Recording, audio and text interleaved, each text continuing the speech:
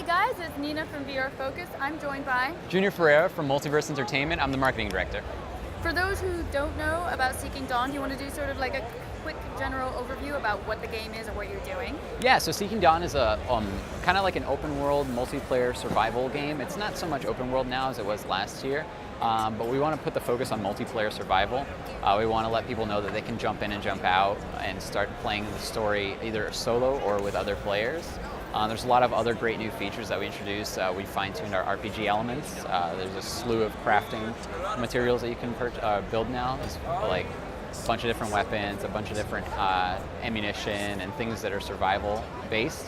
Because at our core, it is a survival game, and we really want to emphasize the survival feeling to it, especially if you're wanting to be immersed in a game.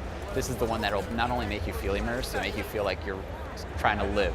Like fighting for your life. A lot has changed since last year. We've done a huge amounts of improvements based on the feedback that we got from our players that came to our booth here at E3 last year. And we've introduced a slew of new updates. We've fine-tuned the ones that we did have for the game, and we made it a little bit better. The game is a little bit more focused in lore and our like multiplayer survival feature now. And we've fine-tuned them in a way that is a little bit different than any other VR game that's currently in development or plans to be released this year. Ooh, yeah, tense moment. It's very tense. It's an exciting moment for us. So what's the story? Are we on Earth?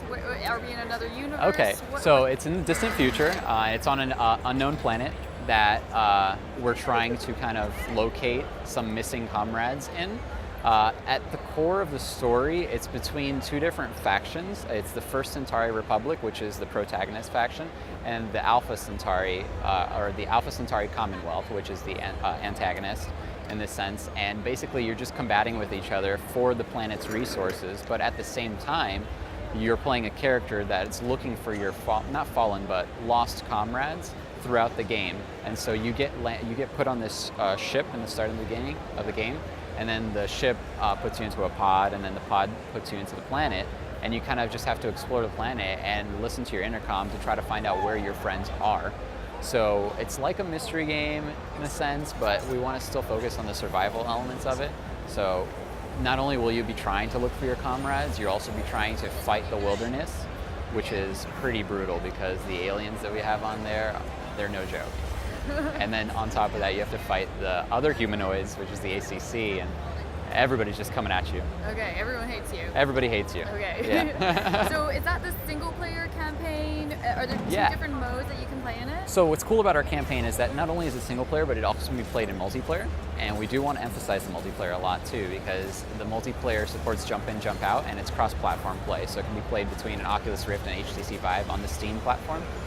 So the campaign itself could be played solo if you'd like, or you can kind of up the ante a little bit and play multiplayer. And it's a little bit more challenging because we do want to like add the RPG elements to it too, like increasing the monsters levels and stuff like that.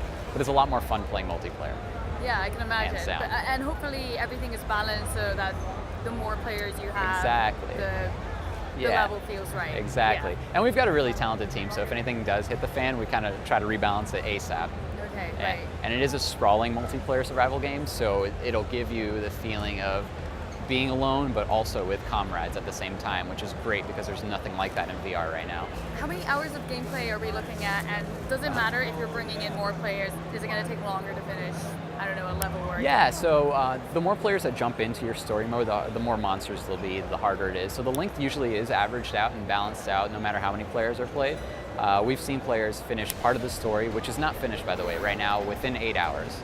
We still have a lot more development left in store for it, so we're trying to make it to be around 20 hours of gameplay, which would make it a really long game for VR.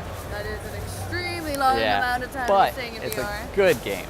It's a good multiplayer game that has a lot of different features to it. You got base building, you got crafting, the exploration side of things, which is phenomenal, which is probably what it made the bulk of the gameplay. You wanting to explore all the nooks and crannies of the world, because there's a lot of hidden areas. When do we get to see it? When do we get to play it? When's it coming out? Between the 7th and the 10th of June, we went live with our pre-orders and we released it on our website. And anyone who pre-ordered it would get access to the exclusive beta after signing our NDA and all that fun stuff.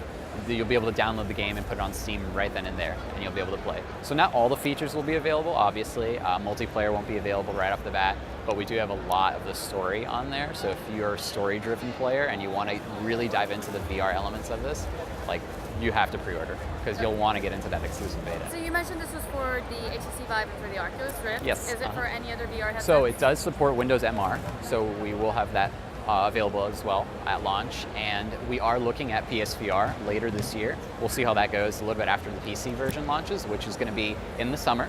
So we are thinking about launching in the summer. So we have no specific dates just yet. We are going to work on that. But we do plan to release to PC first, and then we'll take PSVR into consideration too. And do we have a retail price for it as well? Yeah, so the game right now is $40, and if you pre-order today, it's $35. So you get a $5 discount, and you get the exclusive beta bonus, and it also comes with exclusive equipment skins, which is going to be great for when you're playing multiplayer. You get to show off your equipment with other people, so it's exciting. Is there a website that we can go to find out more? Yeah, so seekingdawn.com is where you can go to check out more videos and gameplay of the game, Seeking Dawn. And then if you want to pre-order it right now, it's seekingdawn/exclusive_beta, and you'll be able to pre-order the game right then and there and download the game and get your Steam key as well after you pre-order and sign the NDA. And that's specifically for HTC Vive and Oculus Rift? And it's specifically for PC, yeah, HTC Vive and Oculus Rift, but we also do support Windows MR, so if you've got an MR headset, that works too. Is that right now or is that coming? Right now. Right now, okay. Yeah. So HTC Vive, Oculus Rift, and Windows Mixed Reality. Yeah. All right, fantastic. Cool, that sounds really exciting. Yeah. Thank you so much for your time. Thank you, Nina. It's been a pleasure. Head over to vrfocus.com if you want to find out more about virtual reality, and I will see